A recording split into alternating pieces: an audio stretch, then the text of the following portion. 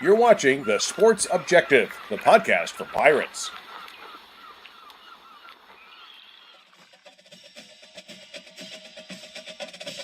You're watching the Inside Slant on The Sports Objective. Over the next hour, the guys will be joined by play-by-play voices, beat writers, and other analysts from around the nation as they preview this weekend's college football action. Let's hear from you throughout the show via Facebook Live, on our YouTube channel, or on Twitter at The Sports OBJ. Now, here are the guys. Welcome into the Inside Slant as we take a look at the week's top games, talk college football news. And with us right now, ladies and gentlemen, producing, he's like Willie Nelson on the road again. It's Bubba Rosenbaum. How are you? I'm doing well, Dave. As always, excited to talk some college football as we take a look at week 3 and some of the better games. And, obviously here in just a moment, as you see there on the screen, we'll be joined by David Glenn.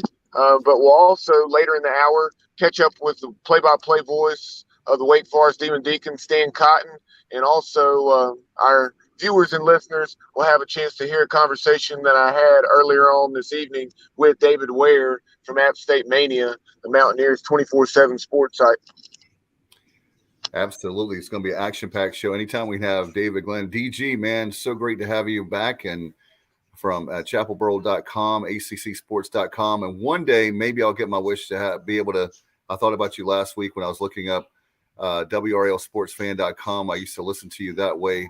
Maybe one of these days I'll be able to selfishly, and for many fans around the state and around actually the world, you can hear him. Love to have you back on the airwaves. How's it going? I'm doing great, Dave. It's always fun to be with you and Bubba. And it's funny, I still do radio or TV or a podcast virtually every day. So it's certainly different than hosting my own 3-hour show as I did for a couple of decades. But it's still great to be able to talk to the listeners out there and to catch up with folks like y'all from time to time. Yeah, first off, I was going to tell you, I thought about you a couple weeks ago. I was thinking about the tailgate tour, and man, that would have been definitely on your list, the NC State ECU game. I was tailgating, thinking about you with a tailgate tour, Continental Tire. Maybe we could get them to, we'll have to talk to you. Maybe you can hook us up with a inside track to sponsorship. But anyway, I digress. But it was one heck of a game. I tell you what, we've suffered so long, as you know, and I know Anthony's got to be happy to your son going to East Carolina, graduating. Now he can finally say, hey, man, our program is back to – it's not where it belongs, but it's certainly a lot better than it was just a few years ago. Oh, there's no doubt about it. And that's why Mike Houston was hired, right? Everywhere he had been successful. Division II, FCS. And it would take a little while because the Scotty Montgomery era was that bad. But sure enough, as the predictions were that by year 3, by year 4, Mike Houston would have the arrow pointed back in the right direction. That's exactly what's happened at ECU. And they played the Wolfpack down to the end and had a couple of chances to win it and made a lot of great plays and certainly belonged on the same field as a squad that was and is ranked in the national top 25. My son Anthony, as a graduate, wishes that his timing was a little different because his years there were not quite as successful on the gridiron. But as an alum, he's definitely going to enjoy more of these winning records and bowl trips and the other good things that go with those. No doubt. And we obviously looking forward to it. One of the things I want to talk to, because we're going to dive into some of the games this week, but a global picture, something that happened, a week or two ago after the last time we had you on, the football expansion, the playoff expansion. Just want to get your thoughts. Does this help an App State and East Carolina? I feel like it does. Maybe this is finally a chance of, it's not perfect, but it's a lot better than where we've ever been. Well, it's going to make a lot of people a lot of money. That's for sure. And that's the biggest reason that we're going to get it. It's nothing philosophical. It's not what's best for the players. It's not what's best for the fans. It's these schools are going to make a whole lot of money, and much more than they've been making in terms of the truckloads of money that they're already making with the 4-team format. I think it's going to be interesting to see how it plays out with those top 4 conference champions getting essentially an open week and automatically advance to the round of 8. But 12 is certainly more inclusive than 8, than either 4 or right now, or 6 or 8 would be. So I'm personally happy that it's going that way. I still think we're going to end up with a lot of national champions whose names are the same as they are under these 4-game formats, but the fun factor will be higher. And I've always thought in college basketball, for example, you could have a middling season, but know in the back of your mind that if you win your conference championship, you're still going to the big dance. Maybe you just happen to play your best ball late in the season for whatever reason. There's that Cinderella all-inclusive aspect to March Madness, and it'll never be that way. It'll never be that wide open in football for obvious reasons, but 12 is better than 4 once we get to it. And it does leave the door cracked for teams outside the Power 5 to not only get in, but show that they belong. No doubt. Our good friend, actually from Williamston, North Carolina, like me, Richard Allsbrook, who's in Greenville now. He says DG. Let's see if I can put that up there. September 10th, 2022 is the very reason the college football 12 teams need to be included. Go App State, Marshall, and Georgia Southern. And that leads me, the reason I brought that up, DG, is there's some that are saying, I heard national media now finally saying Sun Belt better than the American. Would you agree with that, or is that still to be determined? Yeah, I think it's still a little bit too early for that. I mean, App State is a heck of a program. So I'm not ready to give the whole Sun Belt credit for what App State has done. I think when you look at the numbers since 2015, App State has won more games overall at the FBS level than everybody not named, Alabama, Clemson, Ohio State, and Georgia, and maybe one more. The Mountaineers are truly, number 6, I think, on that list the last I saw. Marshall is also, I think, very good this year. But I'm not sure who else in that league is good. There are several other maybes. Whereas we know Cincinnati's a really good team in the American. I think UCF and SMU and Houston and maybe others will be good from the American. So, hey, I'll tip my cap to the Sun Belt for the amazing week they had. But I'm a body of work guy, and nobody gets a prize as a conference for a great week. If you do it over the full regular season, including these intersectional matchups against members of other conferences, if the numbers spit out that you're better than the American, then I'll tip my cap to you. But all we know right now is that there's a couple of really good teams in the Sun Belt. We'll see if there's more than that, and we'll see what kind of depth the American ends up with. It's just too early to tell in mid-September. Hey, Bubba, spoken like a true attorney. He's got to have the evidence, Bubba. He's got to have the evidence. Yeah, and DG is certainly correct on that. I mean, App State has done it year in, year out. You've had, obviously, Coastal got a scare last weekend, the last couple seasons, and the Chanticleers have been very good. And, Georgia Southern has had good teams, and then Marshall's been solid at times. But they haven't done it with the consistency that App State has, to say the least.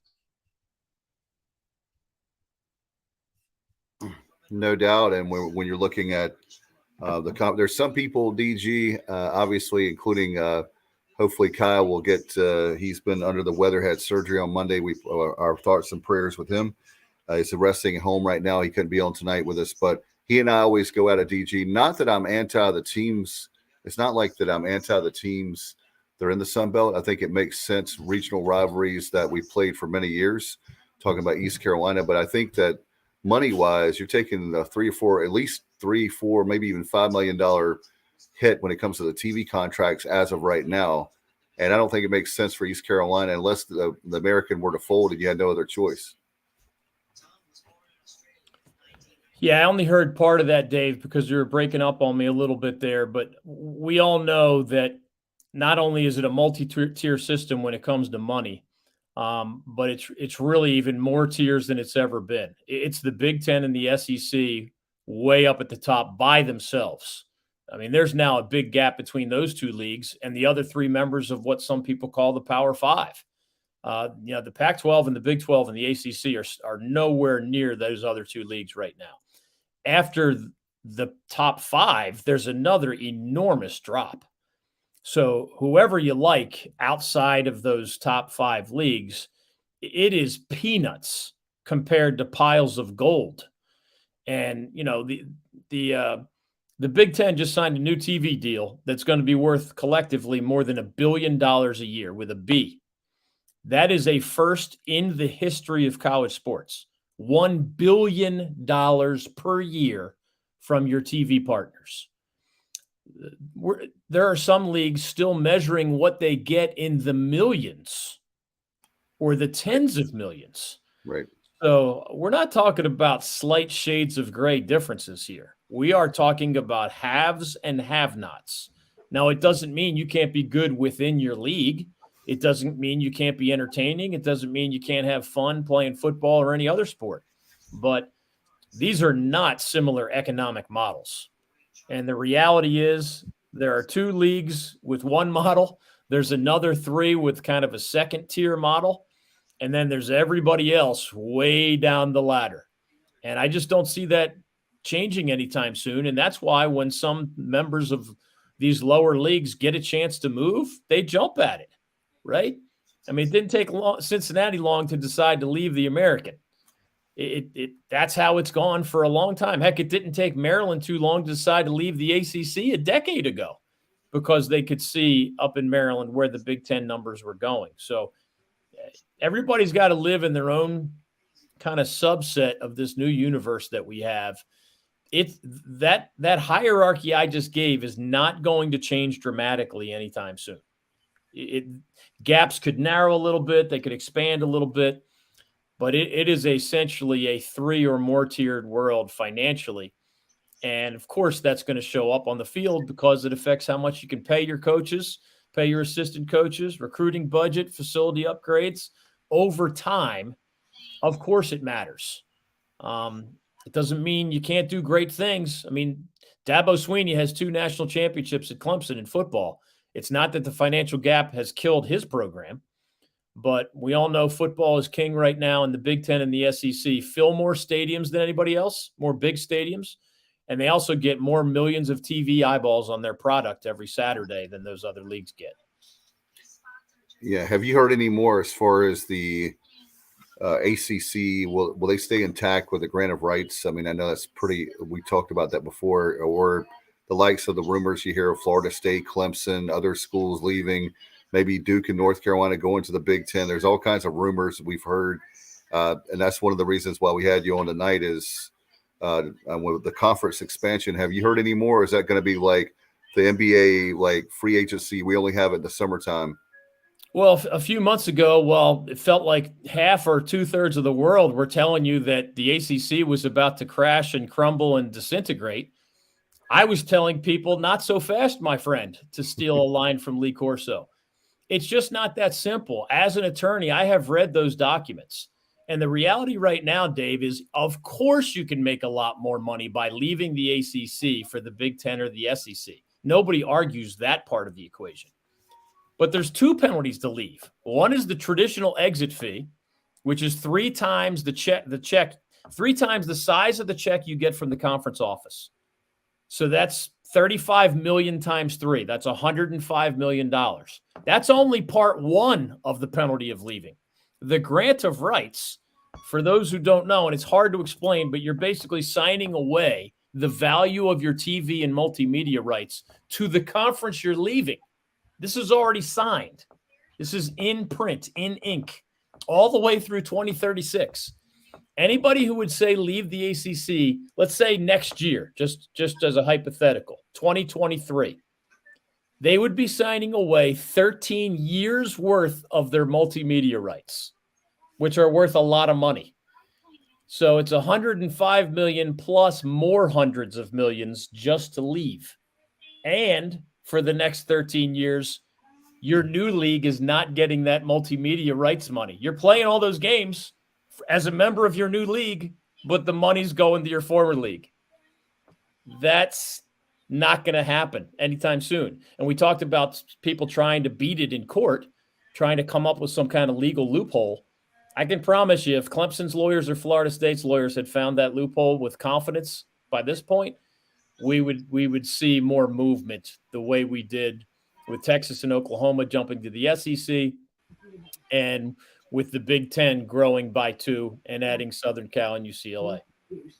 And if it was so easy for Oklahoma and Texas, they would have already been in the SEC, right? I mean, they have to wait until next year. Is going to be fun with the I'm going to be interested to see the scheduling for Big 12 next year, where you have Oklahoma and Texas, and they're trying to schedule those games, and then you bring in the likes of 4 more teams, and that's a hot mess, as they say. But any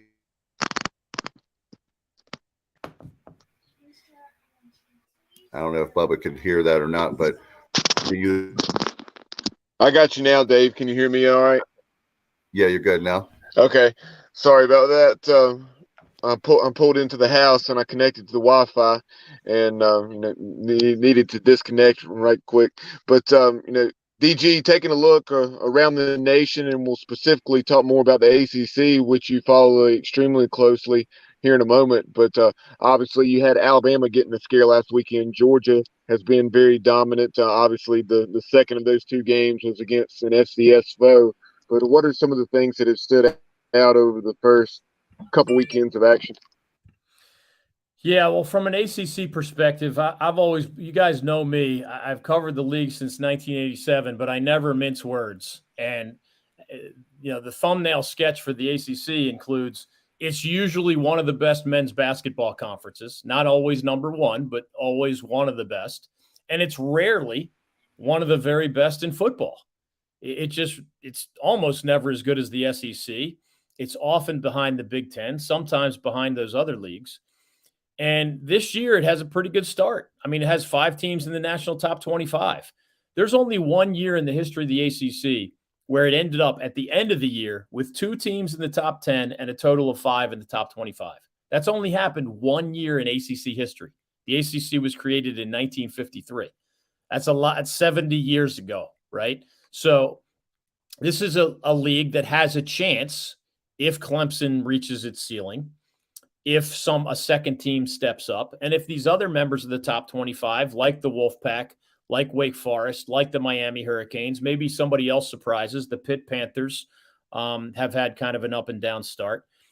This is a league that maybe matters as much as it has since 2016. So that because I'm an ACC guy, that is one of my takeaways, because by the end of September, there are often years where there's only one ACC team worth following by the end of September, and that's not the case this year, I don't think. But Alabama, while filled with warts against Texas, still has as much talent and depth as anybody else. Ohio State looks that way. Georgia looks that way. We'll see if Clemson stays at that level. But I think there's it's going to be fun because there's less predictability outside those top teams. Texas A&M was number 6 in the nation when App State went to College Station and beat the Aggies. So we'll see. Maybe those top 4 or 5 keep winning.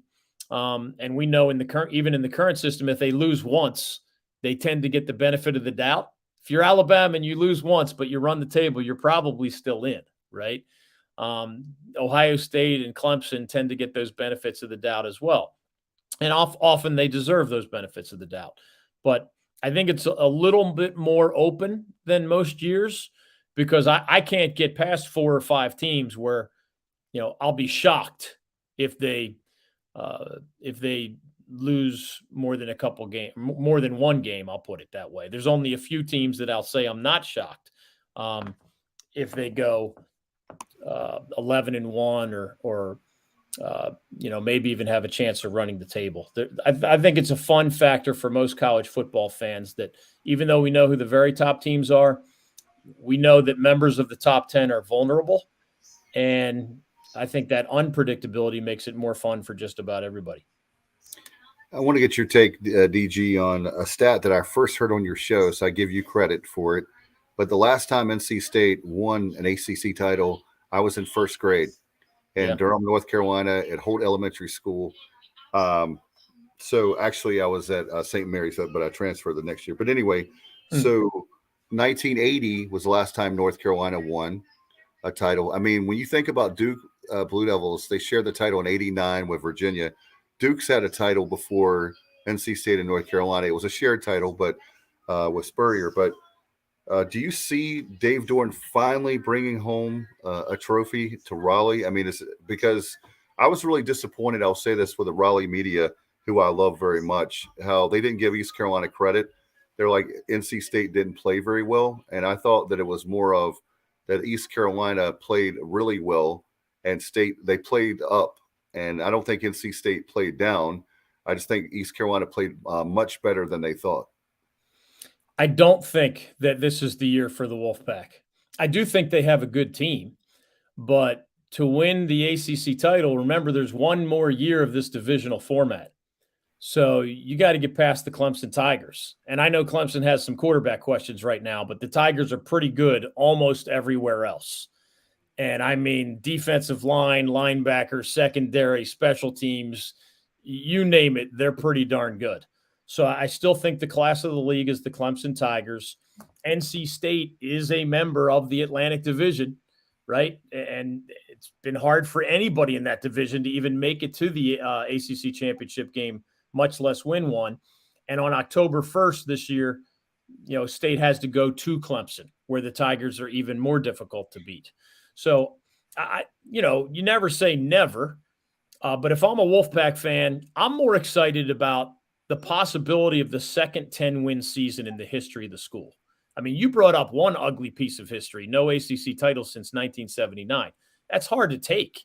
I mean, a whole lot of people have been alive for 40-plus years and have never seen an ACC title from the Wolfpack.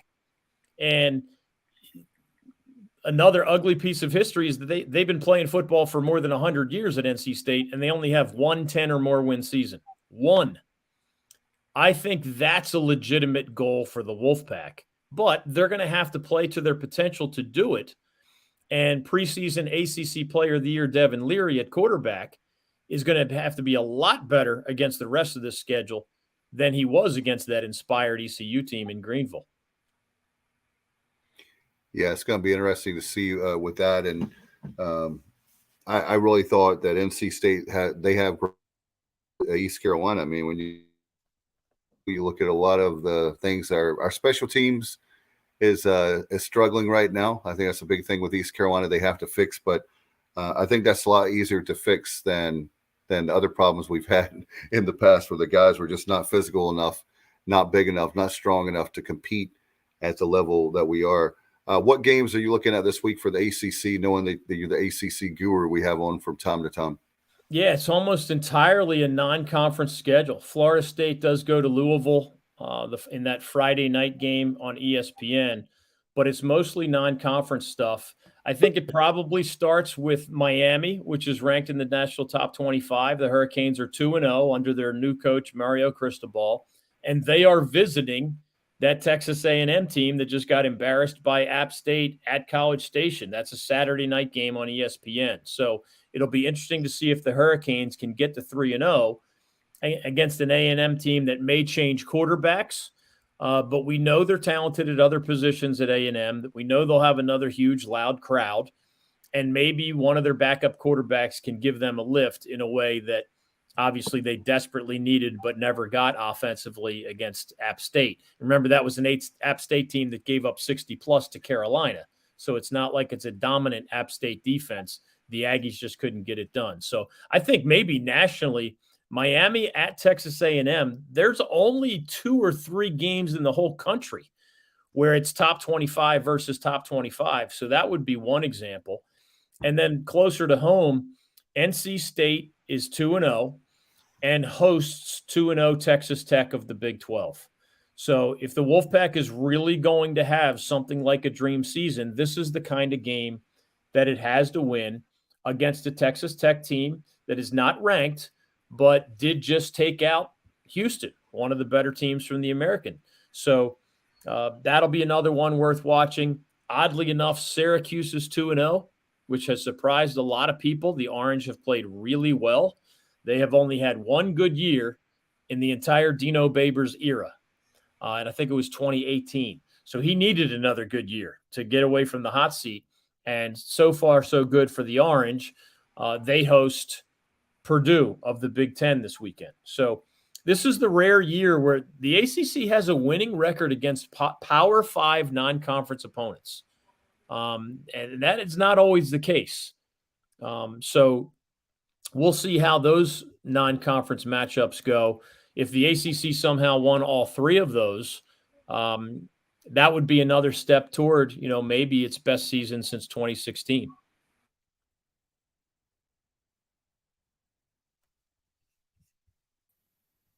From Wake Forest, Stan Cotton. Stan, how are you? I'm well. How are you guys? Been enjoying the chat here the last few minutes.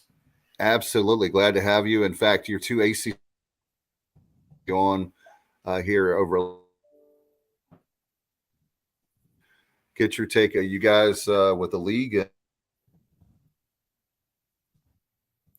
Well, you were talking about the football play. Wake Forest, you guys are looking good. Great to have your quarterback back too.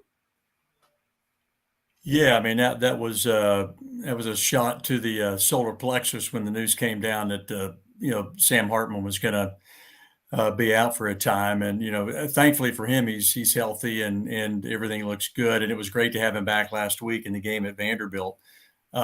He's kind of the heart and soul of the Wake Forest team without question. And he certainly showed it, threw for 300 yards and 4 touchdowns in his first game back. So, but, Sam Hartman's a great guy to have in the locker room, that he just is such a good team guy, a team first kind of guy. And to have your quarterback to be that type of a player and type of a person is, you can't place a value on that. So, the Deacs are off to a pretty good start. I think, the question mark this year with Wake Forest really has kind of been, can their defense be better? I mean, they've been scoring a lot of points the last several years, and so far so good. I think Brad Lambert, back at his second stint as defensive coordinator at Wake, has really done a really good job. They focused on third down. They've done terrific there. They've been really good in third down, and they've turned people over. So, the Liberty game this week is kind of a different deal. Hugh Freeze is a terrific offensive coach. He calls the plays for Liberty, and we're liable to see anything coming up this weekend. So it should be pretty good game. I think it'll be an entertaining game, and both teams 2-0 coming in and feeling pretty good. Yeah, DG, with what do you think the chances are for Wake this year? They have a great team, and what a great coach. Coach Clawson is one of my all-time. I don't know who brags about Dave Clawson more, you or me. I'm a big fan of Dave Clawson. Yeah, I like him personally. I like him professionally. I like everything about the guy. I don't know him probably as well as somebody like Stan does, but everything I do know, I just appreciate and I respect. And everything Stan said about Sam Hartman, I feel the same way about him. Easy to root for on the field, easy to root for off the field. He's a good decision maker. He's unselfish. He makes plays with his legs, with his arm, with his brain, basically. And he's just not all that impressed by himself, about himself. So, Wake is that funny school here in ACC country. I live in the Triangle where there's, the word hatred often applies among State fans, Duke fans, Carolina fans. And Wake can occasionally just be that 90 minutes away Switzerland type figure that I just don't hear people hate. And it's kind of a fun story when the Deacs are good. And they played for the ACC title in football last year under Dave Clawson, his best season in Winston-Salem, of course, after great success in other places. So I still think the conversation starts with the Clemson Tigers, but with the Tigers quarterback questions, that leaves the door cracked for what happened last year when, Wake surprised a lot of people by being that Atlantic representative in the ACC title game. Maybe Wake can do it again, but they do have to deal with Clemson. That's in Winston-Salem. Florida State is better than it has been lately, so that's another divisional opponent. And obviously the Wolfpack thinks it has its best team under Dave Doran, and the Pack's also on the Deacs schedule. So it's not only about how good you are. I think Wake is plenty good. It's also about who's on your schedule, and the Deacs have several significant hurdles still ahead.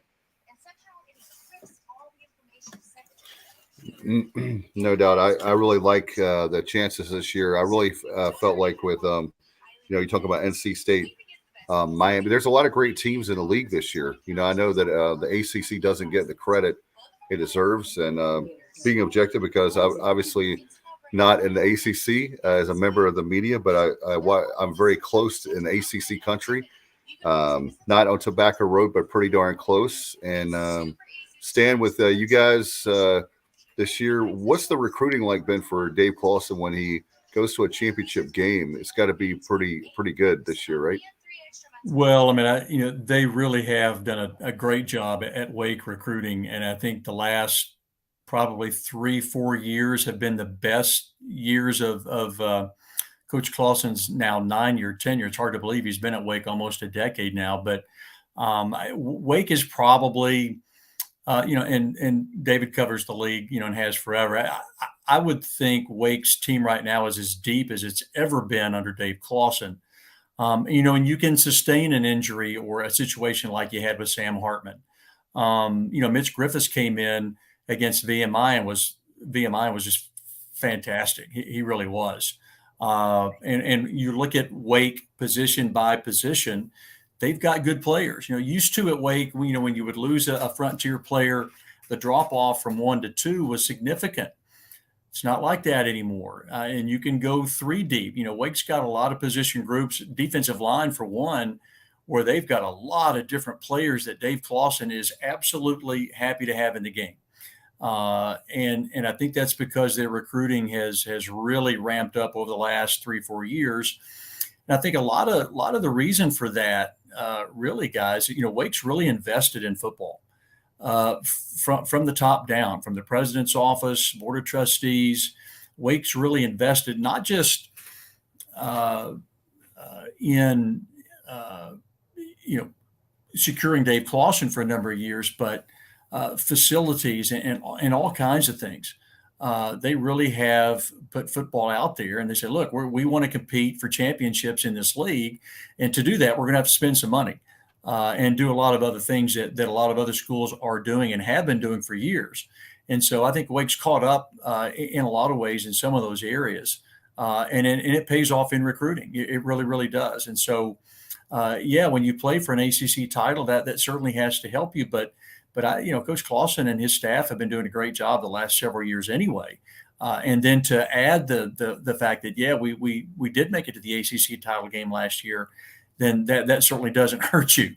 But Dave Clawson has just done a wonderful job. He's the perfect guy at the right time. He comes from an academic background, not only from his time in college at Williams College, but the other places he's been as a football coach. I think he understands maybe more than many, maybe, what it takes, what kind of special kit it takes, number one, to get into Wake Forest, number two, to stay at Wake Forest, to stay eligible, but also play at the highest level of the league. And so he's figured that out, I think, in a lot of ways. And his staff, they get it, they understand that. And so, again, they've gotten better football players to Winston-Salem the last several years. And I think it shows. When you go 11-3, you're doing something right. Stan, no doubt. And I want to get y'all's take, even though both y'all are not at Duke University. What about the 2-0 start for Mike Elko? I will say the word right off. I was just curious to see how I thought the defense would be better, obviously, but the 2-0 start for another team that the academic standards are very high. You have Wake and speaking of Tobacco Road, Wake and Duke, the academics are really high. You can't just take any old guy, as everybody that's watching, listening probably knows. But what was y'all's take so far on Duke so far at 2-0? Dan, go ahead. David, you might have heard this stat. I heard the other day that this is maybe the first time ever that Wake, that all these guys are 2-0 to start. Is that right, Dave? That is correct. And I think I was maybe the first to go all the way back to the 1880s to figure that out. So I tweeted something at David Glenn's show. It kind of went viral.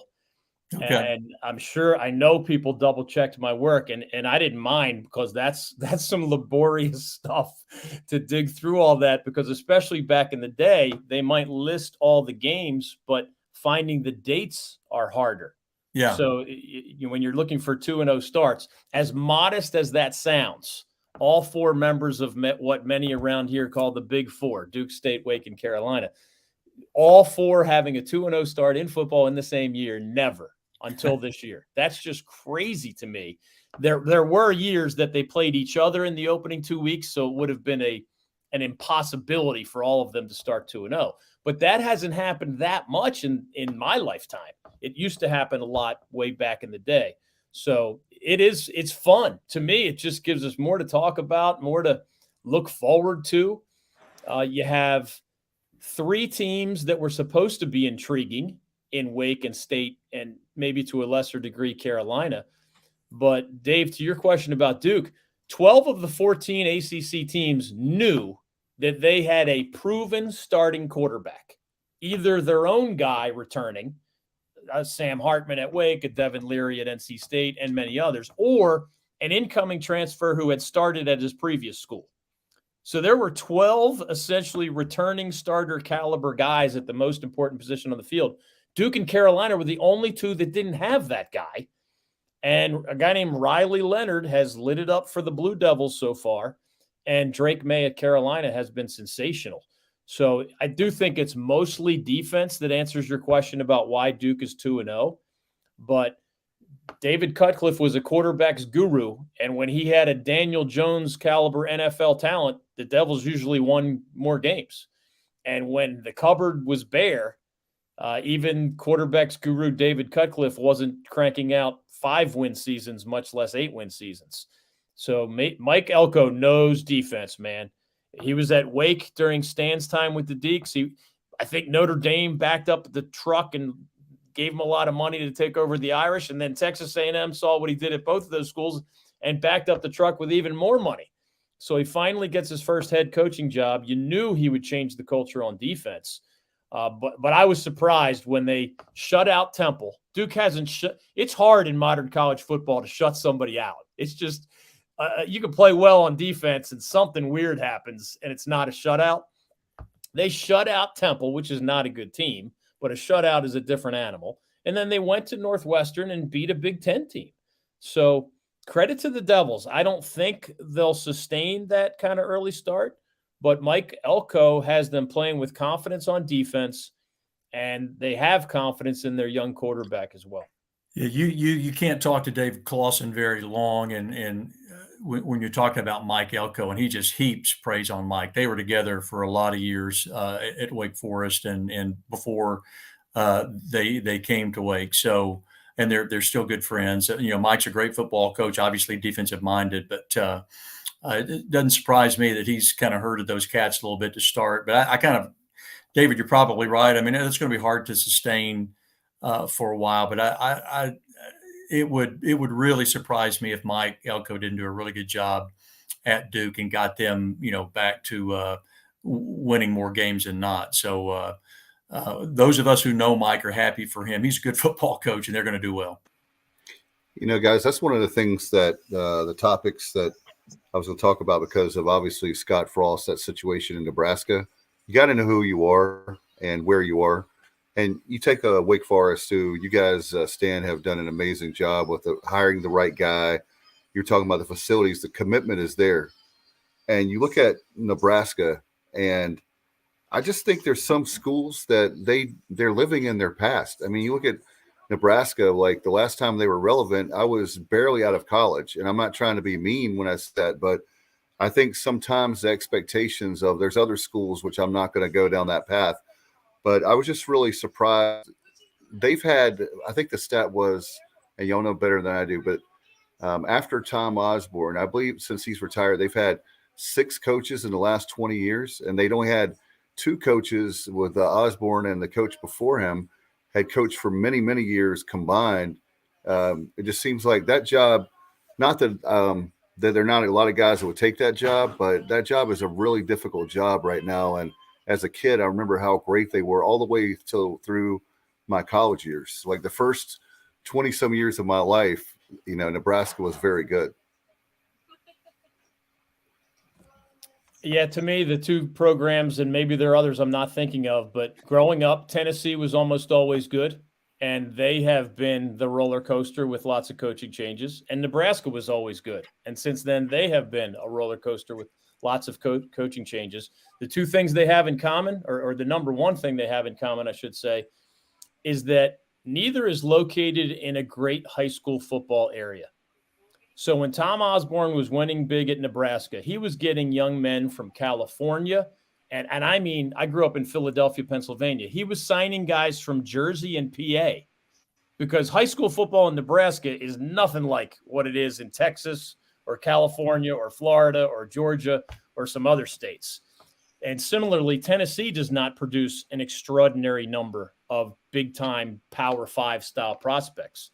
So to me, the bottom line is it's harder to win in a sustainable way when you're not only not located in a state with great high school football, but in Nebraska's case, you're not even really close to a state. You can go south to Texas and Oklahoma and go west to California and try to hit the East Coast. But man, I've always thought that if you happen to be based in Florida, Texas, or California, it's like owning an oil company and being based in the Middle East. Like it's a built-in advantage. And it's not quite that simple when it comes to human beings, but I think there's some parallels there. Stan, how about for Clausen? Has that made it easier with obviously the population of North Carolina has grown so much in my lifetime? And I think, what is it now, the ninth largest as far as population state in the country, or it's right around there. Has that helped Dave Clausen? I haven't looked at the roster, forgive me, this year. I know we've had you on, but has that helped him in recruiting, like having great talent so close to Winston-Salem? Oh, I don't think there's any doubt that that's true. And a school like Wake can recruit nationally if it has to, but what you want to try to do is recruit kids whose parents can get to campus quickly, drivable distances, and that doesn't, you're not obviously confined to North Carolina to do that, but it doesn't hurt when the state that you're in has great talent. And I think Coach Clausen's done a really good job in the state of North Carolina, and more kids are willing to take a look, at Wake Forest. Wake's been in 6 consecutive bowl games. They've never done that before. And unless something goes crazy this year, I expect them to be in a 7th. And that raises eyebrows among young people. It does. I mean, if you're winning football games, they want to go to a winner. And so that's one reason why I think that Coach Clausen has been able to recruit better these last few years. They're winning football games. So that's always a good thing. The Wake brand is solid across the country with guys like Chris Paul, on TV all the time and talking about Wake. That certainly doesn't hurt you. And, David was talking about, Tennessee. I grew up in Knoxville, and I'm an old Tennessee Vol, and I think that Tennessee maybe is on the way back to some of those years gone by, like Nebraska hopes it can get to. So we'll see. I still think Nebraska can get it done, but it's not 1978 anymore at Nebraska, and they certainly need to know that. And I think the powers there know that, but they're going to have to make a commitment to doing it a little bit differently, maybe, than they've done it the last several years. Yeah, I was thinking about Mark Stoops, like, a guy like a Kentucky who has what at that time was definitely, and maybe still argue, a basketball school. They gave him, he's had a million years, and they didn't like pull the plug on him early, I guess, because he didn't have the same kind of pressure that a Calipari would have in basketball. And I'm just wondering if a Nebraska needs to hire a guy and give him a little bit longer leash. And not that, another thing I've said about Scott Frost is the other night, Tuesday night, was I felt like that after a while, the people saying bad luck, he's lost so many close games. At what point do you say, not to be controversial, but what point do you say that he's being outcoached? And I know that may be mean because I actually like Scott Frost, and he's a winner, and he's a native guy from Nebraska. But man, that stat of how many close games he's lost is really daunting. Yeah, I think the bottom line is, if you're an athletic director or a university president, if you believe you have the right person, you need to be able to stick it out through rough times, through angry mobs, which sometimes your own fan base can be. The culture at Wake Forest is not going to be that way, right? That's a spectrum. And there are some SEC schools and others where it can be the wild, wild west with sometimes not just how fans act, but sometimes, they're kind of just outside the athletic director's door with their mega millions of dollars. And they have true input because of that big, big, big money. So it's a little bit different everywhere. But if you have the right guy, stick it out even against public opinion. But I'm also of the belief that if you figure out for whatever reason it's just not the right guy, there's nothing wrong with cutting them loose early. But just kind of the lawyer in me, follow the evidence. If over 2 or 3 years the coaching always goes the other way, or former coaches that you trust are telling you that this guy doesn't know his X's and O's, that's a problem. Or maybe he's alienated people on the recruiting trail in local high schools, et cetera. I'm with you on the patience is usually a good thing. Great story at Virginia Tech. I think Frank Beamer won 2 games in his 6th or 7th year with the Hokies. Of course, they kept him. Two wins in your 6th or 7th year is going to get you fired at 90% of the schools out there. If you've been there that long and you're throwing up a 2-win season, you're in trouble almost anywhere. They kept him, and of course, he goes on to lead them to the national championship game, a bunch of ACC titles. Clearly, the iconic, legendary coach in the history of the school. So in that case, patience was really a good idea, but only because they knew they had the right guy. It's different with every person. It's different with every school. The money is so big now. If you really believe you have the wrong guy, you've got to pull the trigger. I don't know if you guys saw this at Nebraska, but it shocked me, somebody who follows finances pretty closely. If they had waited until I think it was October 1st to fire Scott Frost, the money they owed him in a buyout, I believe, was going to be reduced by $7 million. That's correct. There are a lot of things I would wait 2 weeks for to save $7 million. I mean, I'm not sure what's on the list of things I wouldn't wait 2 weeks for seven. I know it's just part of a $100 million plus athletic department. $7 million doesn't sound as much in that context, but $7 million pays for a lot of things. And a lot of sports that don't make money on their own. I mean, something weird must have happened for them to not be willing to wait until October 1st to make a coaching change. Well, I'd heard, guys, that behind the scenes, people like folks at Omaha Steaks and different ones had said, look, if you go ahead and fire him now, we'll come up with the $7 million. I don't know, but all I know is it's more money than I'll ever make as a guy that's been a broadcaster. Even if that's true, if I'm Omaha Steaks, I'm waiting till October 1st. Exactly. And I'm using that $7 million to pour into whatever, Nebraska's next weight room renovate or something. I mean, geez. Yeah. That just made no sense to me. Usually there's one heck of a story behind the scenes when something like that happens. I don't personally know what that story is in this case. I'm not on the Big 12 beat or the Big 10 beat or the Nebraska beat, but there's got to be a heck of a story there. There just does. Now, Stan, kind of shifting gears back to the Demon Deacons, 2-0 hosting 2-0 Liberty. Hugh Freeze's ball club. Obviously, he's done a heck of a job there in Lynchburg. What can you tell us about this matchup this weekend? Well, it's a pretty good one, I think. Wake was down at Vanderbilt last week, and they've got a lot of good players. I think Clark Lee, has kind of got Vandy trending a little bit better, certainly than year one down there. But Liberty's kind of sneaky now. I mean, they've been winning a lot of games. They won 10 games 2 years ago. They beat a couple of ACC teams a couple of years ago. They beat Syracuse and Virginia Tech. And Hugh Freeze is a good football coach. And he's an offensive-minded guy. It's going to be like an old scattergun out here in the country. I think when Liberty gets the football on Saturday, there's no telling what they're going to do with it. I think Wake will, if Wake considers Liberty, it's probably one of the closest teams that kind of looks like Wake in a lot of ways offensively. They do a lot of similar things. So I mean, they've got JUCO players. They've got a lot of transfers on that team, and so there's talent there.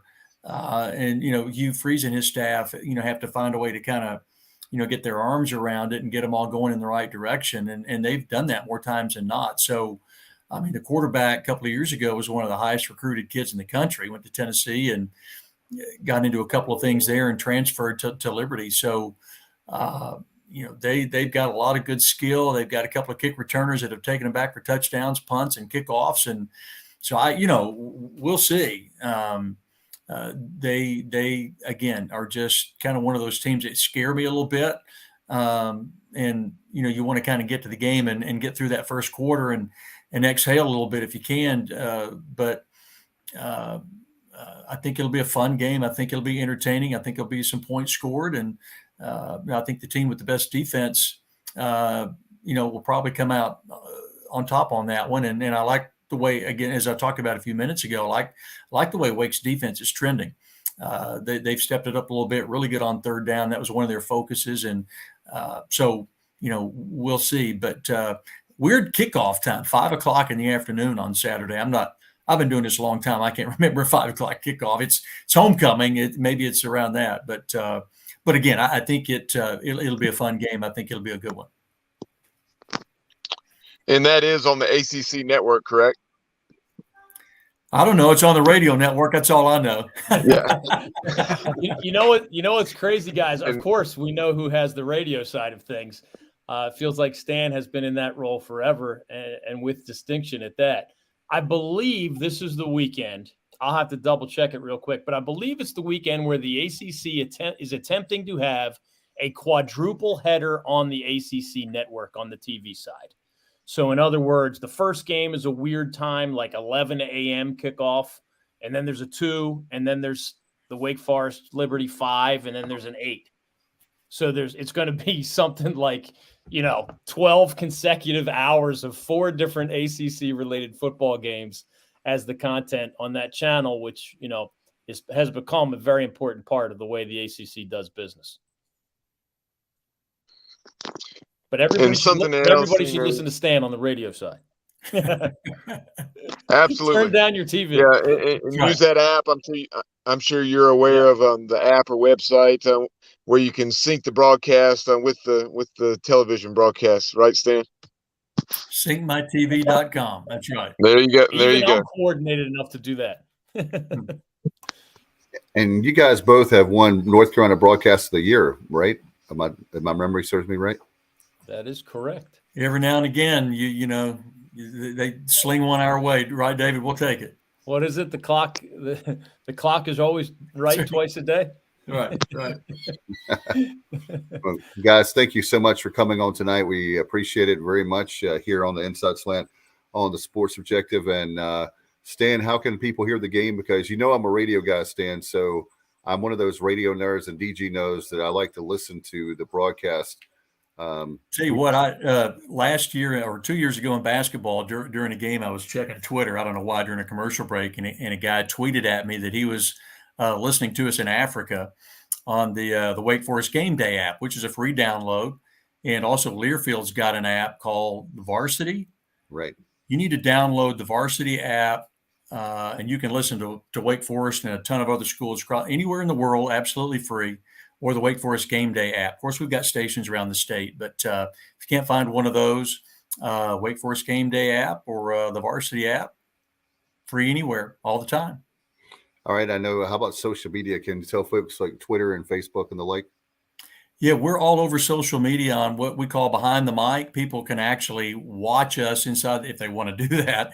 They can watch us. They can't see the field. That would be a no-no, but they can see our antics in the broadcast booth while we call the game. And that's all over YouTube and Twitter and Facebook and everywhere else. So a lot of folks are starting to do that and have a lot of fun watching us have a lot of fun.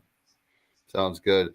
Appreciate you so much, Stan. Hope you have a great call. Looking forward to listening to it this Saturday. And go Deeks. You bet. Thanks a lot, guys. Good night. Appreciate it. Good night.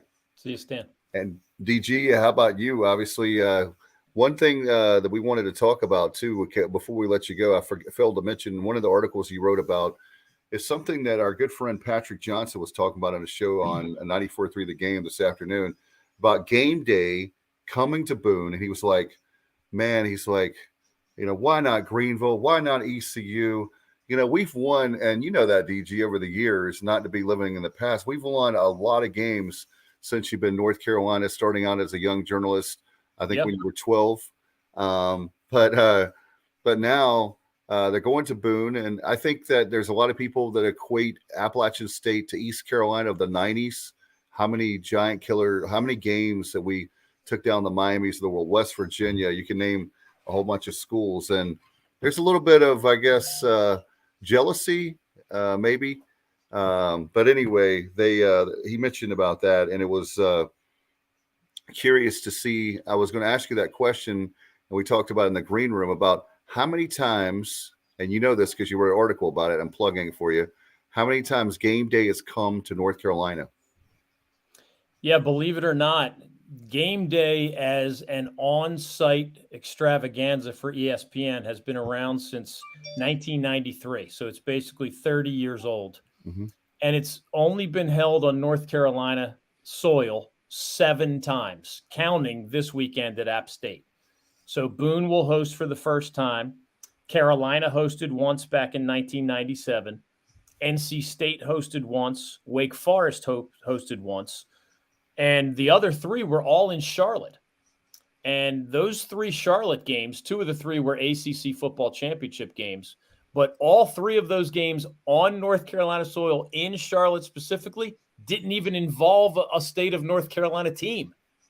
So it's really 4 examples where there was a true North Carolina University as the host. And in all 4 or in the first 3 of those games, there were top 5 teams involved. Miami was number 3 in the nation visiting NC State back in 2004. And the Wolfpack hosted game day. Carolina was in the top 5 and hosting Florida State, which was also in the top 5 in 1997, the first time that game day came to North Carolina. And then Wake Forest hosted when Clemson was number 1 in the nation just a couple years ago. I believe that was one of the pandemic-style games. And those Charlotte games also had very, very, very, very highly ranked teams. So obviously, this App State game is going to be the first that doesn't have a top 5 team involved. So part of the answer to Patrick's question is the Pirates aren't ranked in the top 5, and they don't host teams that are ranked in the top 5 very often. App State, of course, is not ranked, but App State just posted one of the biggest wins in school history. Has ECU gone on the road and beat a top 10 opponent? I'm not sure. I don't have that number in front of me, but we know App State just went on the road and beat a top 10 opponent, and that quickly translated into the Mountaineers getting to host game day for the first time in school history. It's going to be a lot of fun, and I know that good for Appalachian State. I'm happy for them, but maybe, just maybe one day. So, DG, if we get college game day to come to Greenville, will you come to that game? Absolutely. Sign me up, man. I was there in 1997 for that Carolina-Florida State game. It was one of the best atmospheres I have ever seen in this entire state for a football game. It was that good. Bobby Bowden and the Seminoles visiting, Mac Brown and the Tar Heels. Both sides had tons of NFL players. That place was rocking. Back then, they fit 62,000 plus in Kenan Stadium. It was the loudest I've ever heard it to this day. So there can be some magic with game day. Florida State won that game, so the Heels didn't turn that home field advantage into a victory. But this is a different animal, right? I mean, App State's not a member of the Power 5. Game day goes to Alabama and Ohio State far more than it goes anywhere else. And that shouldn't surprise anybody. In fact, both Ohio State and Alabama have hosted game day more than the entire state of North Carolina's schools combined. So wow. It's not just ECU that hasn't gotten the love. It's, Carolina's had some top 10 teams. NC State had an 11-win team with Phillip Rivers. Right. There have been a lot of good teams and big victories that were not rewarded with game day. And again, put aside those 3 Charlotte games, there's only 4 examples in 30 years. and the other 3 all involve top 5 teams. So I guess the bottom line is either get into the top 5 or host a top 5 team, or do something like the Mountaineers just did at Texas A&M. And then maybe, depending on what other options game day has, obviously they're surveying the landscape. If your big moment happens to come at a time where game day is already booked in other cities, well, they're not going to make a decision 7 days before to bring their traveling circus to your town. No doubt. And it's going to be interesting to see how that plays out. But Boone is such a great atmosphere. I've seen it on TV. I've never been there to the Rock, but I look forward to going there very soon. Hopefully I can. My son's playing football now, DG, so it's kind of hard to and my daughter's playing soccer, so I'm having to be close by. The days of traveling probably will be maybe a bye week for them or something like that. But certainly to get to Boone right now, it's going to be really difficult for sure. There's no job more important than parenthood, man. So keep up the good work. No doubt. And Bubba reminds me we're going to next year that in Boone, so I'll have to go there when the Pirates play. You should. I've been there many times. It's not a huge stadium, but they get jacked up for big games, and they squeeze people into Kid Brewer Stadium, and it's an expanded stadium too. I was there when the Miami Hurricanes visited them a few years ago. I took the big tailgate tour out there, and of course, I've been there many times to cover games or nowadays visit my daughter. So she got to see that crazy scene after the Mountaineers beat Texas A&M. That campus was in chaos for a while. I bet if I were 20 years old or 18 years old, it would be fun, but not now at almost 50 years of age. It's past my bedtime or getting close to my bedtime now. DG, how can people find your work? I see that up on the screen for those people watching but listening. How can people follow you and your work? Yeah, the majority of my work nowadays appears at chapelboro.com. So it's the word chapel and then BORO.com. If you Google Holding Court with David Glenn, my whole archive comes up. So just dozens and dozens of articles that I've written over the last 2 years at chapelboro.com. And as always, you can follow me on Twitter. I have a lot of fun there at David Glenn Show. It's the same handle I've had for probably a decade at this point. At David Glenn Show on Twitter, and then online at chapelboro.com. I wrote about game days visits to North Carolina, all 7 of them. And I did write about the first time ever that Duke State, Carolina, and Wake all have started in football at 2-0 or better. I had to go all the way back to the 1880s to certify that. But you can find all the details on both of those topics at chapelboro.com. And not many times that at least the Triangle schools I think there's been a couple times they've been in the top 25 together. Something only happened a few times in modern history. I don't know back when they started doing polls, but I know like 1957, 94 was another year that came to mind. I believe off the top of my head were 2 times as far as those 3 schools being in the top 25. Not many times that happens as well. That's not a long list. Thank you, brother. Appreciate your hard work. Appreciate you being on. Thanks for staying along with us, and give my best to the family, and looking forward to seeing you very soon. Hopefully you can come down and tailgate with us at ECU. Sounds great, man. Always fun to be with y'all. Dave, Bubba, take care of yourselves. Keep up the good work, and we'll talk again soon. All right, man. Have a good night. You too. Appreciate you. All right. Thanks to DG for staying a little bit extra there and helping us out throughout the night, navigating through. We've had technical difficulties, but hey, that's what it's all about. When you do a live show streaming, you never know what's going to happen. Talking to some colleagues earlier about that this afternoon. It's certainly a great night for the Pirates. Bubba, I don't have a score for our women's soccer team. I've been trying to obviously. Do you know that score at SMU? I'll double check. I believe it's 2-0 Mustangs. Okay. All right. I was correction. It is 1-1 at halftime. Oh, wow. Okay. 1-1 at halftime. So I knew we had it was a scoreless match there about 25 or so minutes in at least.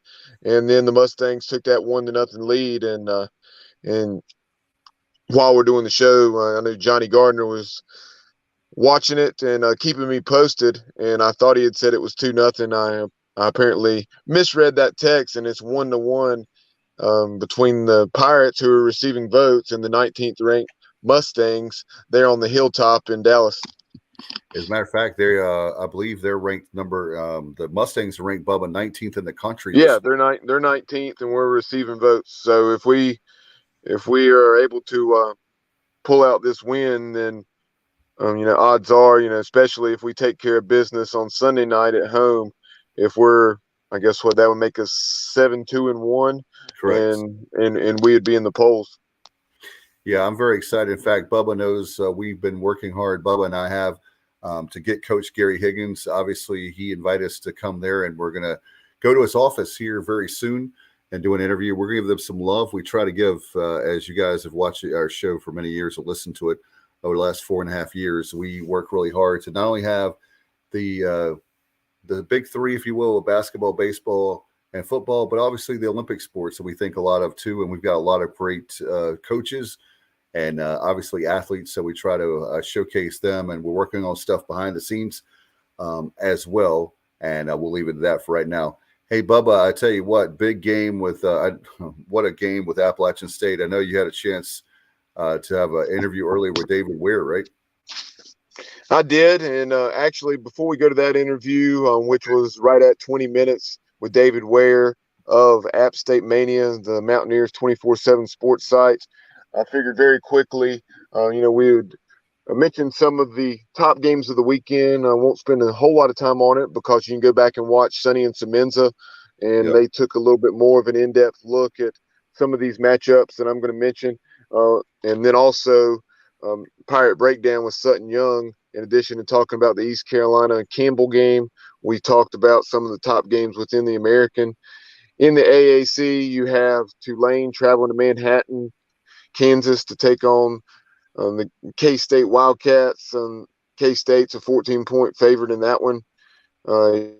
Tulane full victories at home over Alcorn, also UMass, winning both of those very handily. And then you have Kansas coming off the overtime win up in Morgantown against the Mountaineers. Neil Brown, I think, is definitely on the hot seat there. I would be surprised if he isn't. But Kansas and the Jayhawks headed to H-Town this weekend to take on Dana Holgerson, Kyle's favorite coach in the American, and the Houston Cougars. And the Cougars, I'm a little surprised. I thought they would be favored, especially with that game being at Houston. But with Kansas playing so well, Houston, who is 1-1, a close win in overtime at UTSA, and then a close loss, 33-30 at Texas Tech. The Cougs are still a 9.5-point favorite in that one. You have SMU, a 3-point dog at Maryland, as they attempt to get a nice out-of-conference win over a Big Ten foe. And I like their chances of doing that. Maryland is 2-0, but their schedule hasn't been very challenging to date. And then you have USF.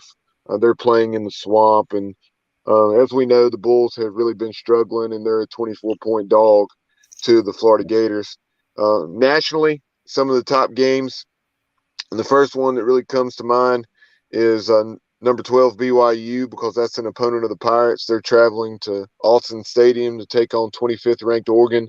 The Ducks, very much like BYU a week ago, BYU, I think, was a little bit, and these numbers, these rankings were reversed when they took on Baylor, and BYU was favored by 3 or 4 points against the higher ranked Baylor Bears, and they were able to win that thriller in Provo.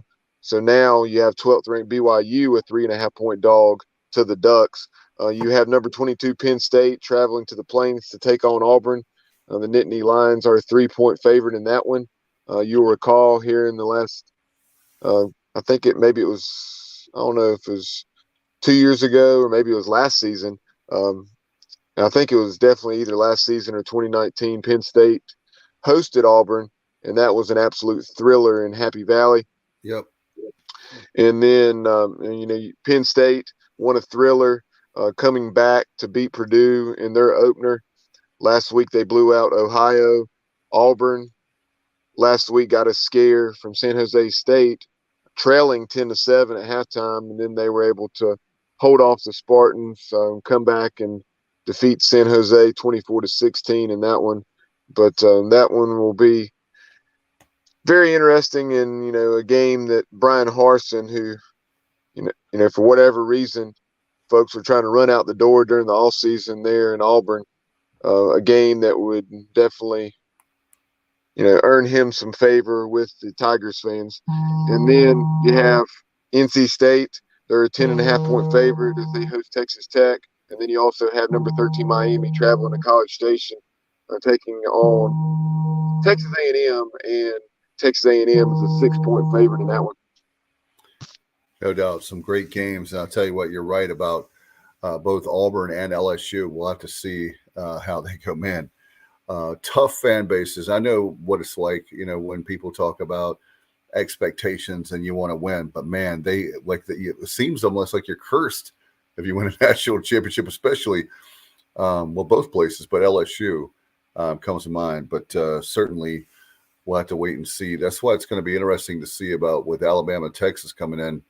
I'm sorry, with Texas and Oklahoma coming in. I misspoke about those two schools, about how hard it's going to be for them to win at the level they normally are used to winning, especially Oklahoma in recent years. Will the fan base be happy with I guess maybe Texas because they've struggled, but with Oklahoma, would they be happy with the 8-4, 9-3, knowing that schedule is going to be really, really tough, and the SEC? So we'll have to. I'm not worried about it because I'm not a fan of those schools, but we'll have to wait and see how that plays out. Yeah, and as far as Nebraska is concerned, and I'm not necessarily saying that you were saying that the Cornhuskers should be content with what they've currently been going through, because I don't think that. But at the same time, I think Nebraska, with the support of that program, and being pretty much the only show in town within that state, and I understand some of the dynamics there as far as population and so on and so forth, but I don't think they're going to get back to where they were previously. But there's no reason that they shouldn't expect to at least be winning, 8 to 9 games, and then Right. occasionally more, and maybe making a push every now and then for the playoff. And there's no reason, with the support that program has, that they can't expect that, much less going through 3, 4, 5 win seasons like they have recently.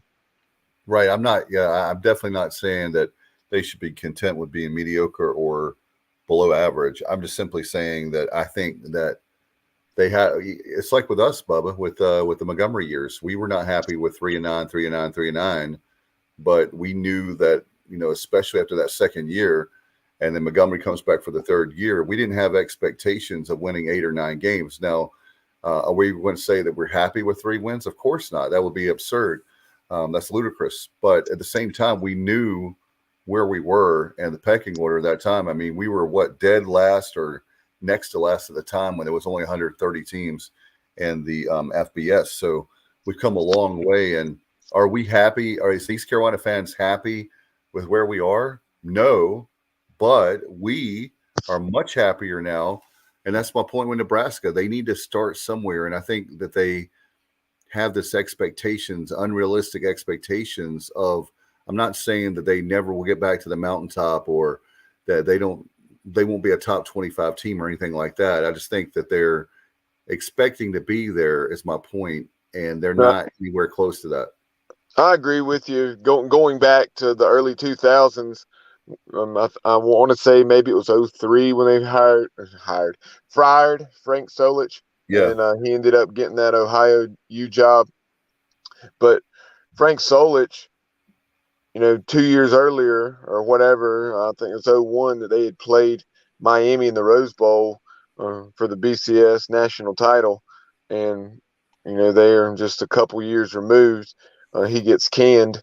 So I think that's an excellent point or example, I should say, of what you're saying as far as the expectations there, and just another example of how it's hard to follow the man, because no matter how well you do, even when you go 9-3 or 10-2, it's a disappointment because you're used to playing for national titles every year and your fan base is full.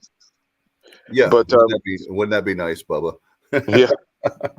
But before we go to this conversation with David Ware of App State Mania, very quickly want to go to this comment from Richard Allsbrook, and he asked, when is the last time that ECU football was a 30-point favorite?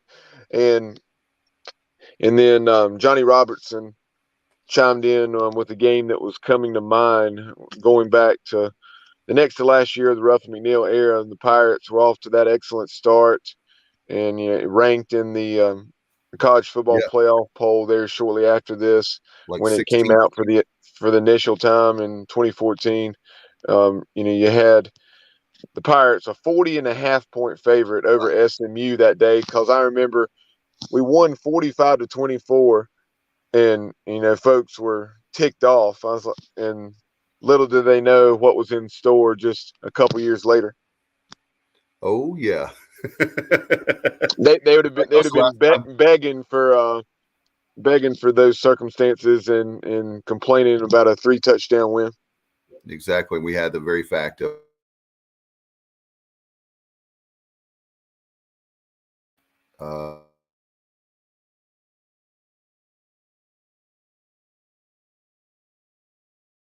than they are now, because we lost that Temple game in the rain, and if we don't lose that Temple game in the rain, we would have. That's what killed us, man. Those 4 turnovers still haunt me to this day. Those fumbles. Yep. Ugly day in Philly, and our Matt Semenza was there. Glad I wasn't. But yeah, no doubt.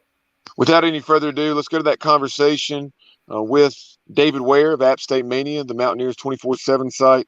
The Mountaineers are hosting College Game Day up in the high country this weekend as they take on the Troy Trojans in the Sun Belt Conference opener. And here's that conversation with David right now. Right now, we continue on with the Inside Slant. App State taking on Troy in the Sun Belt Conference opener this weekend at Kid Brewer Stadium. College Game Day is going to be in town for the first time ever, and it should be quite the scene in Boone, much like it was a couple weeks ago. Right now, to talk about that matchup and a whole lot more, very excited to welcome into the show for the first time from App State Mania, the Mountaineers 24/7 sports site, David Ware. David, we appreciate your time this evening. Hey, always great to be with you, Bubba. No doubt. Before we talk about the matter at hand with College Game Day and then the conference opener against the Troy Trojans, just talk about what it was like last weekend down in College Station, because I know you were working that game as the sideline reporter on the App State Network. Well, I mean, it was the easy word to say is it was nuts, because it was. The crowd there is phenomenal. I think the game day attendance was 92,000. Ironically enough, I think the heat was about 92% or 92 degrees and the humidity about 92%. So it was a bit of a roaster down there, but App just played a phenomenal game.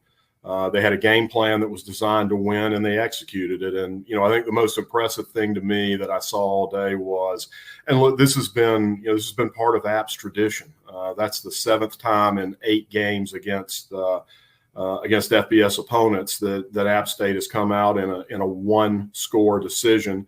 They would have liked to have been 8-0 in those games, but they have won 3 of them. And, I think the key to it is always that App State is able to match the intensity and the physicality of the teams that they're playing, and that's not easy to do at a Power 5 level, because they've got some big dudes, they've got some bad dudes out there. They really want to come and impose their will on you because they feel like you're a smaller program, and App State simply refuses to allow that to happen, and I think that's why we've been so competitive in those games. But I don't know that anybody could have predicted the level of really dominance that App State was able to maintain at the line of scrimmage all day, offensively and defensively. Offensively, we were able to block it with really just the 5 primary offensive line guys that allowed us to get tight ends and running backs out into routes. One of the 2 offensive touchdowns we scored came from one of our tight ends, so that was vital. On the defensive side, truthfully, we had a little bit of injury in a key spot. that had us altering the way we were lining up at the line of scrimmage. And, it didn't matter really what we did or what kind of personnel we put in there. They held up. And that was pretty amazing to watch. And, it's an iconic win, no doubt about it. You mentioned we've got game day coming to Boone this week. Obviously, that's a direct result of the game last week. It's not often that you have a 2 million person viewing audience focused in on who you are and where you are. So, that's huge. The win was huge. And I can tell you from having been at a couple of practices this week, they've really tried to put that all behind the players, behind the team, and really insulate those guys to get focused on what is a game that as unbelievable as this will sound, this Troy game is bigger than the Texas A&M game because it's a conference game. This is a ring game. So, if you want to win the Sun Belt Conference, you've got to go in and take care of business this weekend, and that's what they've been focused on this week. Before we talk more about that matchup in College game day, still looking back at that win over number 6 Texas A&M in front of 92,000 plus, like you mentioned in College Station, what you said summed it up perfectly as far as the way the Mountaineers carried out that game plan to perfection. 9 of 20 on third down, 181 to 89, winning the rushing battle, +2 in the turnover battle. You did give up a kick return for a touchdown, but forcing Texas A&M to go just 2 for 8 on third down. And then 41.5 to 18.5 in time of possession, with the Mountaineers running in excess of 80 plays, while the Aggies ran 38? Correct.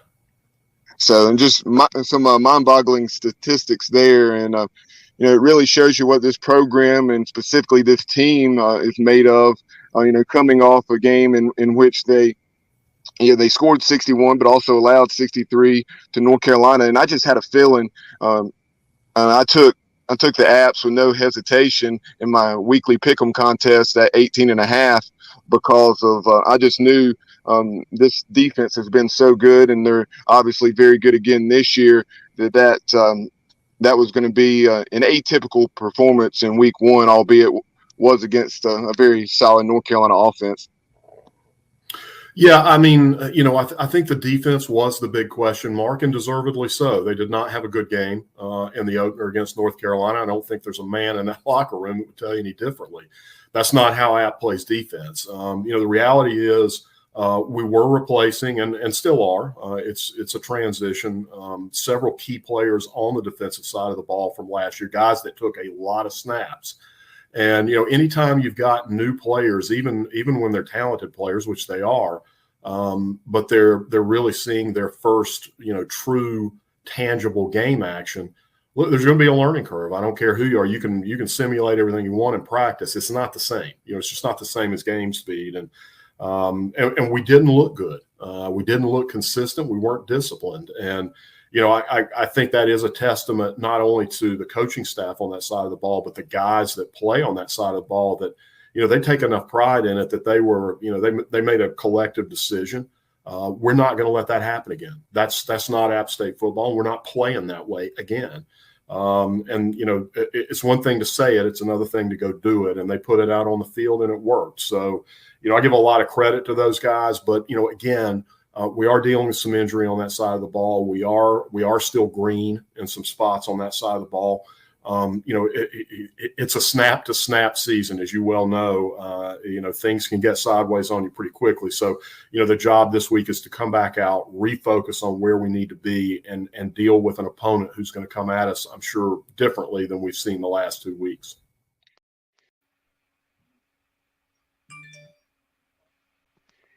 Obviously, you have a stable of running backs, Harrington, Peoples, Noel. Noel ran for 100+ against North Carolina. He was injured a week ago. Peoples ran for 100+, including that big 48-yard rush late in the game that helped put things away, that nearly went for a touchdown.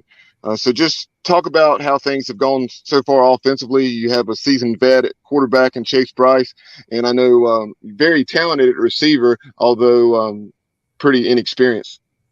Yeah, I mean, I think the biggest, probably the biggest addition, truthfully, offensively, has been new offensive coordinator, Kevin Barbay. He came from Central Michigan.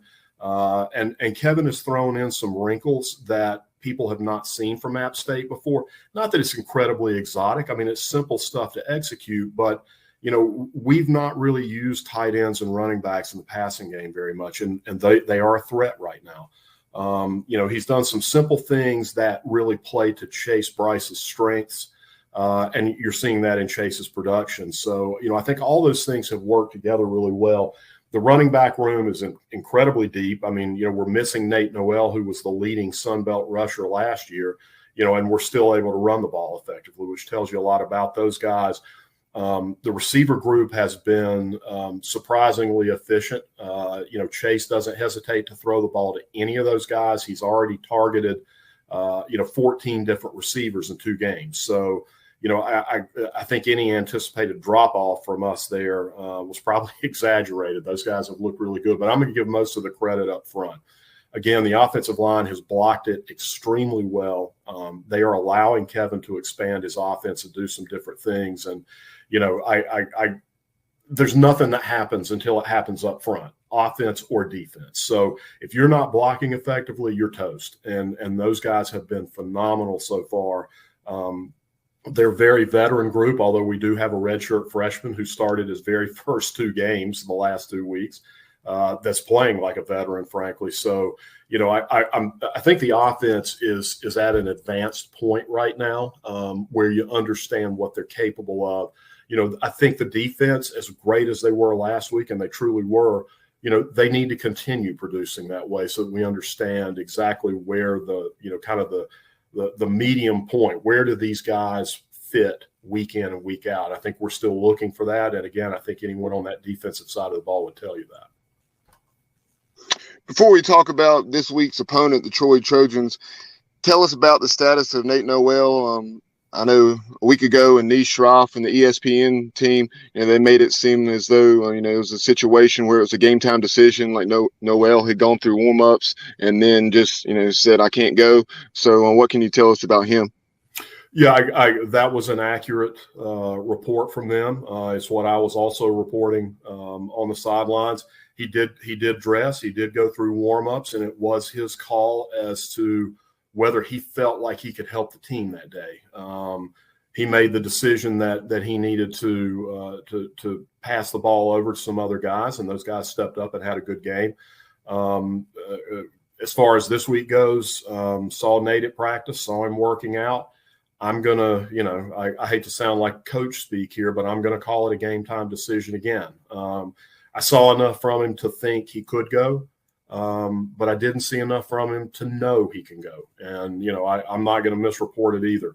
I think he will warm up before that game on Saturday. They'll see how he feels. And, the thing about Nate's game is he's such a violent, quick cut type of runner that if he can't do those things, then he can't be as effective as he's going to want to be. It's just the difference in his game. If he were a one-cut north and south guy, maybe he could tolerate it and go on, but it's just not going to work with the way his instincts are going to tell him he needs to run. So, if he can't go, we've certainly got a stable behind him that can pick up that slack. But I'm never going to tell you that you're better off with Nate Noel not on the field. The guy's a home run hitter. Troy coming to Boone with a 1-1 record. They lost their season opener at Ole Miss. I believe dropping that one 28-10. They had trailed 21-3 at halftime, and managed to keep it respectable there in the second half. And they threw the ball nearly 50 times in that one. The Rebels ran for more than 260 yards. And then a week ago, they got a bit of a scare, at least for a half, from Alabama A&M. It was 7-3 at halftime, and then they pulled away after halftime. What can you tell us about the Troy Trojans? Well, I think the first thing to do is not to overreact to anything that happened in the first 2 weeks, because you realize with John Summerall coming in from Kentucky and taking that program over, they're all still getting to know each other, especially on game day. So new systems on both sides of the ball. I'm not assuming anything from the first couple of weeks. Ole Miss is an SEC program. We know how good those guys are.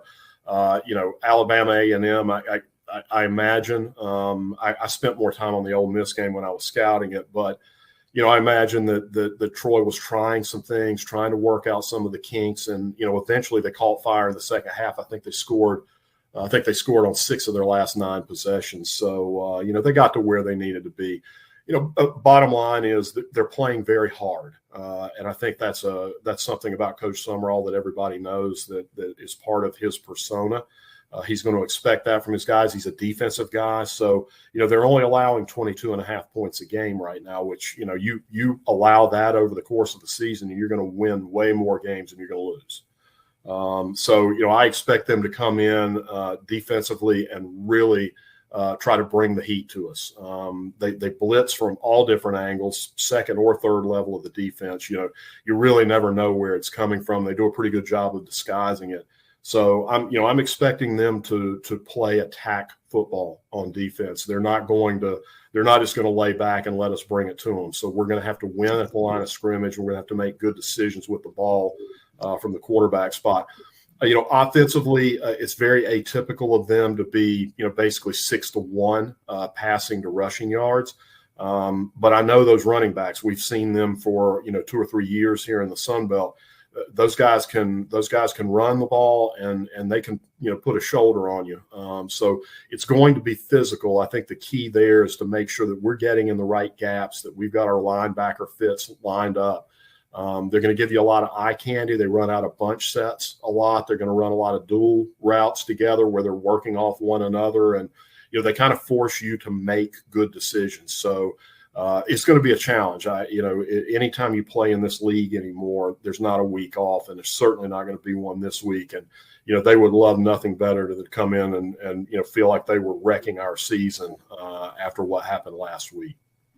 Final thing we have for you, David, and that's circling back to College Game Day's presence in Boone this weekend. You talk about the tremendous atmosphere that will undoubtedly exist. You had a record-setting crowd in week 1, upper 30,000s. And so just talk about how ticket sales are going for this one. I can imagine it's probably either a sellout or will be very shortly. And just talk about everything that's going on surrounding College Game Day coming to Boone. Well, it is a sellout. All reserve tickets are gone and have been for, I don't know, probably over a week at this point. We were a little over 40,000 officially with North Carolina. We had some temporary seating that was taken out after that game. So we'll probably be more in the, I'm going to call it, with walk-up traffic, what little's still available, probably around 35 or so for that game. As far as the game day thing goes, it's huge, and that's such a great fan experience, especially the students. You're happy for the students. That's part of the experience of being an App State student, is driven by football. And like I said, you're talking about an audience outside of actual football games. Game day broadcasts are their most popular, their most viewed events. So you're talking about more than 2 million people that are going to be, focused on Boone, North Carolina for 3 hours on Saturday. And obviously that's huge for any program. So, there'll be a lot of hype around it. It was announced today that Luke Combs, who of course is an App State graduate, is going to be the guest picker this week. So that's going to amp it up even more.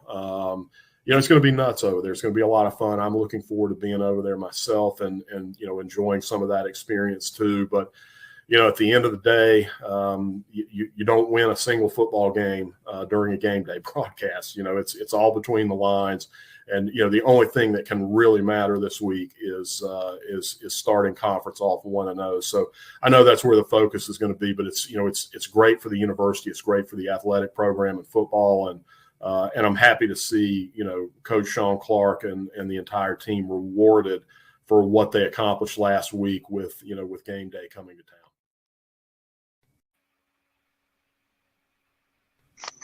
I saw on social media Marty Smith taking a plunge into the duck pond. And, one of the other heavily discussed topics is, where would the set be for College Game Day? So what have you heard on that front? Well, there's nothing to hear. That set is so big, it's already in place largely. They've put it up in the middle of campus in what is called the Sanford Mall area. that's in between a lot of the academic buildings, right in the heart of campus, really. It's kind of a big open field. It's a place where students will have easy access, walking access to get to the set. So that's already in place, and I would imagine will be completed sometime overnight. I think there are around 500 students that have applied for access to be in the pit area, which is right in front of the stage, and it'll be nuts. It's a great environment. It'll be a great perspective to show the campus, and it'll be fun. As far as Marty jumping in the duck pond, hey, you wouldn't get me in there. It's literally a duck pond, so I'm not sure about the sanitation element of that, but having worked a few sidelines with Marty at games over the last couple of years, it doesn't surprise me a bit that he took a header into that. Yeah, Marty Smith is something else, and not a shocker there that he made that decision to take that plunge. But as always, we appreciate the time. Always enjoy catching up with you, and also play-by-play voice Adam Witten.